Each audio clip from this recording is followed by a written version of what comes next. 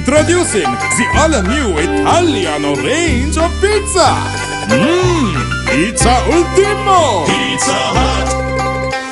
இயற்கை எழிலுக்கு பஞ்சமில்லாத ஒரு பிரதேசம். அதே போன்று அங்கு வாழும் மக்கள் எதிர்நோக்கும் துயரங்களுக்கும் பஞ்சமில்லை.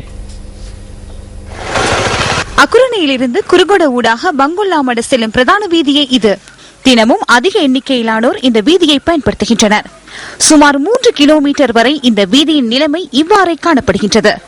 இதனால் பாடசாலை மாணவர்கள், தொழிலுக்கு செல்வோர் என பலர் அதிகம் பாதிக்கப்படுகின்றனர். இந்த பாதை இந்த நிலையில் இருப்பதன் காரணமாக மக்கள் 3 கிலோமீட்டர் பயணம் செய்ய இருக்கும் வேளையிலே 7-8 கிலோமீட்டர் சுற்றி போக வேண்டியுள்ளது.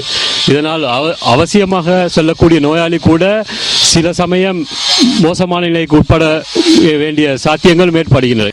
3 வருடங்களுக்கு முன்பு இந்த வீதியை புனரமைப்பதற்காக இவ்வாறு கற்கள் குவிக்கப்பட்டிருந்த போதும் அதன் மூலம் எந்தவித பயனும் கிடைக்கவில்லை.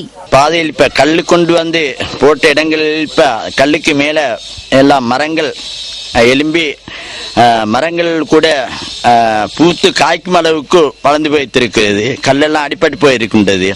வீதி புனரமைக்கப்படாமையினால் பஸ் சேவைகளும் இடைநிறுத்தப்பட்டுள்ளதாக பயணிகள் அங்கலாய்க்கின்றனர். இந்த பாதை ஏறக்குறைய சரியான முறையில் செய்யப்பட்டு ஒரு 15 வருடத்துக்கு மேலாகின்றது. நோயாளிகள் போகும் ஒரு கஷ்டமான நிலை ஏற்பட்டுள்ளது.